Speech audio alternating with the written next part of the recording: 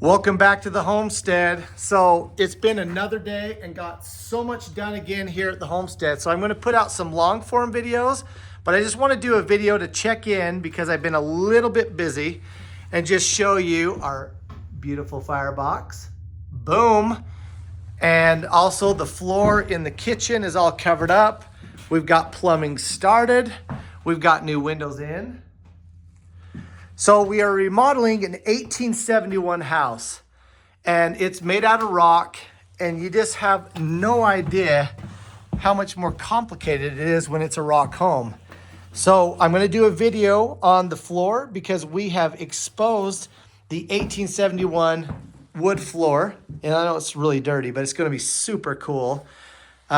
We've exposed this fireplace, exposed the hearth. Yeah, it's cracked. I gotta like jack it up and do all that good stuff. Oh, I want to show you in here what I discovered as well. So in one of my last videos, you would have noticed that this would have been covered in adobe. And so we've taken out the adobe and taken out the pipes underneath it. The firebox is all fixed. And look at the original hearth. So super, super cool. So on the homestead, we highlight normally our large off-grid greenhouse where we're growing lemons and oranges and bananas off-grid. But a lot of the people coming to the channel have been very interested in this rock home.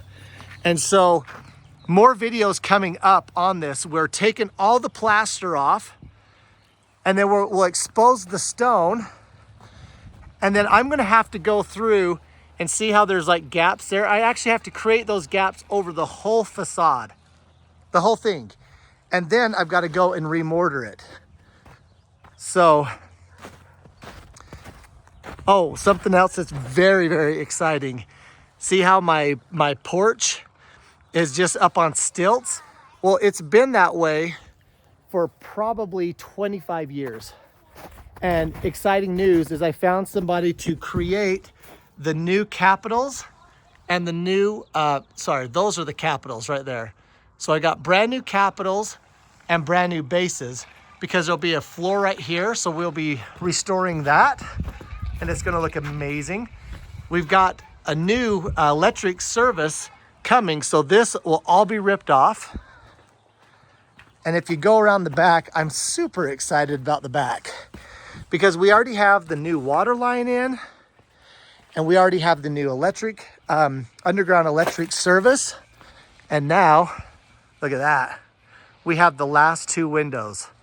So we are waiting for our brand new custom made doors, exterior doors.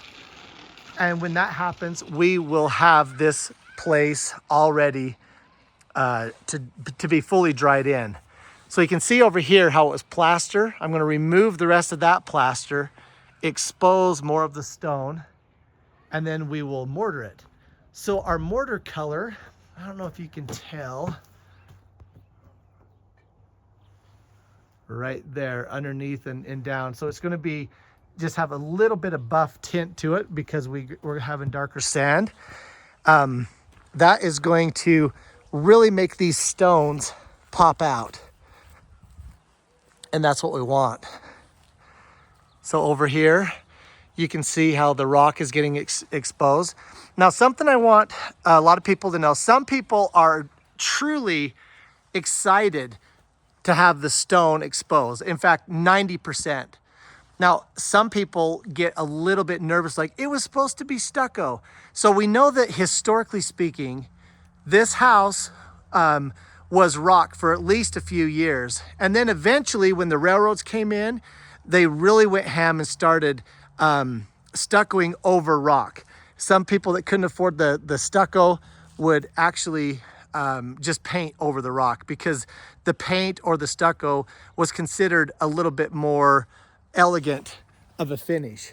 So historically speaking, it was a rock house, then it was a stucco house, and now it's going to be a rock house. Because in our sensibility here in our town, these rock houses that really are reminiscent of this 1888 historic temple, these houses were built a lot more rougher than the temple. Those are shaped stones, where these are rougher stones. But, you know, in Manti, you want to see this rock. And so we're gonna see the rock. Put in the comments below if you'd rather see this thing rock or stucco. But what I was getting at is the stucco has actually been compromised. Some of the patches of stucco was just straight concrete. So that concrete is harder than the stone. Because the concrete's harder than the stone, it actually, if the building needs to shift and settle, which it does, or if water gets in it, the concrete actually sends that moisture into that soft limestone, and then it will crack your stone.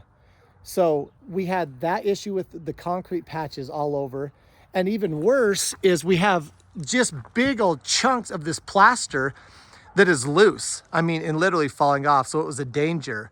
So taking off the stucco was actually not even remotely questionable to me, because it was falling off anyway. And I want the stone, baby. Yeah, it's gonna be amazing. And it's also gonna take forever. So anyway, I wanna show you this. So this house, you know, being an 1871 house, then had to compete, you know, only 20 to 30 years later, the settlement became more and more established. And so they had brick kilns. And so they would start making these fired bricks. Beautiful, more Victorian houses. So when this happened, a lot of the people that had the rock houses, like our other cottage right over here, you know, it's almost like they became a little bit embarrassed.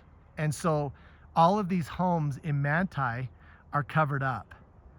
And so this is our vacation rental, the Manti Cottage, which is so busy because the temple dedication is starting next week. So we have people just booking to stay in there, which is awesome. We love sharing it. But when we restored this one, the same thing, it was all covered over. It was stuccoed over. And let me get out here. So that was the funnest part of that project, because that's an 1851 house. So the rock is even more rudimentary, and the history is just intense. So the history over here, though, an 1871 house is awesome. I just barely found another piece of silver. Do you want to see it? Do you? I want to show it to you. Look at this. So this is my third piece of silver. Mercury dime, baby. Now that thing's only got like $3 worth of silver, but you would have think that I just found 200 bucks, because so excited. So I found a $50 and crap, the other one was also a Mercury dime. Anyway, but we just found a historic spoon that has the owner, his name is actually engraved on the back of the spoon. So I just barely texted that to some of the descendants, and they were extremely excited. Let me show it to you. So again, I'm gonna do some content on the homestead, showing off more of this remodel. I just don't have time at the moment to edit, so I apologize. Let's see. It's gonna be hard for you to see, but it says William Barton, Manti, Utah, Sanpete County. That is flippin' awesome. Found some old forks. What else have we found? Oh, just an old tract card. Over at, this is an old religious card. Elder Erastus Westenshaw, Manti, Utah. Super cool. Over at the other, sorry, I better put this off of. So over at my other vacation rental, when we were tearing down the lath and plaster, we found a business card for the guy who owned the sawmill. So it said Mosiah Works 1888, and it was a business card. It was super cool. 1888 is the same year that they built the temple. So, I mean, this is old school stuff. You know, these homes were just built out of adobe and out of rock. So like the interior of this wall is rock. And some of the other interiors are adobe. Okay, so I'm gonna do the video of us uncovering the fireplace, uncovering the floor, doing some of the masonry. Those are coming up. But let me know regarding to the house, anything that you want to see, those videos will be coming up, especially if I can find anybody who wants to do my editing for me. I've got 3, if not 4 videos on my phone. I just haven't had time to get them to you. Like and subscribe, and we'll get more stuff coming out to you. Thanks for watching.